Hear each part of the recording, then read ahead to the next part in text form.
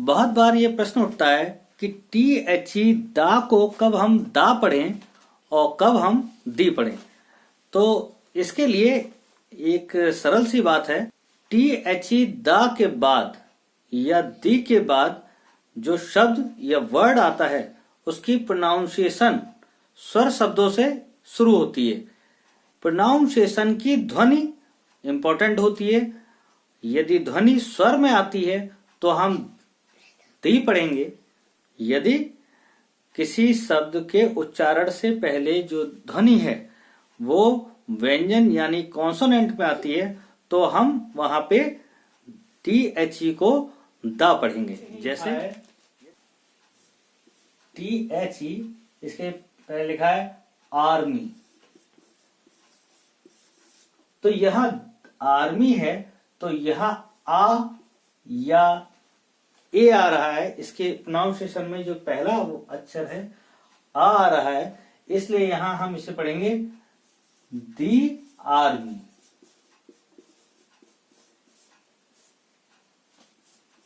T H E के बाद E N D, फिल्मों में अक्सर हम देखते हैं लिखा होता है दी एंड, दी एंड।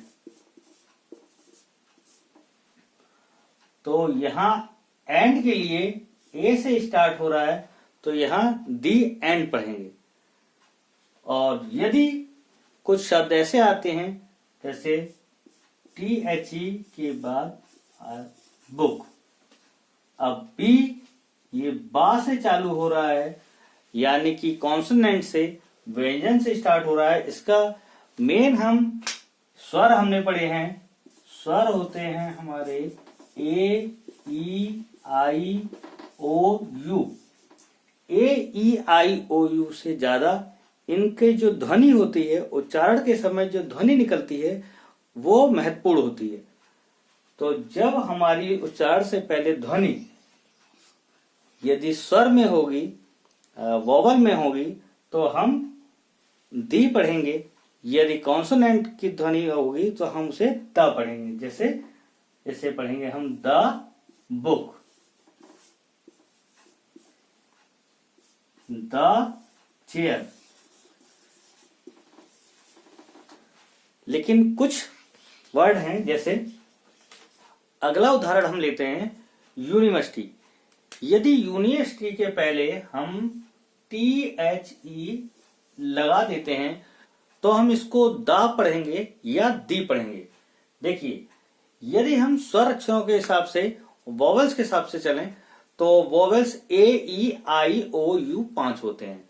तो यू वोवेल्स के हिसाब से हमें दी पढ़ना चाहिए। लेकिन अगर हम इसको ध्वनि को देखें तो ध्वनि इसकी या, यूनिवर्सिटी का ध्वनि के उच्चारण में जो हमारा वर्ड आ रहा है वो या आ रहा है, जो कि कॉन्सोनेंट साउंड को शो कर रहा है। इसलिए कॉन्सोनेंट साउंड उत्पन्न होने की वजह से हम यूनिवर्सिटी को द यूनिवर्सिटी पढ़ेंगे। तो यहां दी गलत और द यूनिवर्सिटी सही है। तो इस तरीके से जहां पर किसी भी शब्द की ध्वनि यदि वोवेल्स ध्वनि उत्पन्न करती है तो हम वहां पे दी पढ़ेंगे। और यदि किसी शब्द की ध्वनि कॉन्सोनेंट साउंड यानी कि व्यंजन की साउंड उत्पन्न करती है तो हम वहां पे उसको द पढ़ेंगे।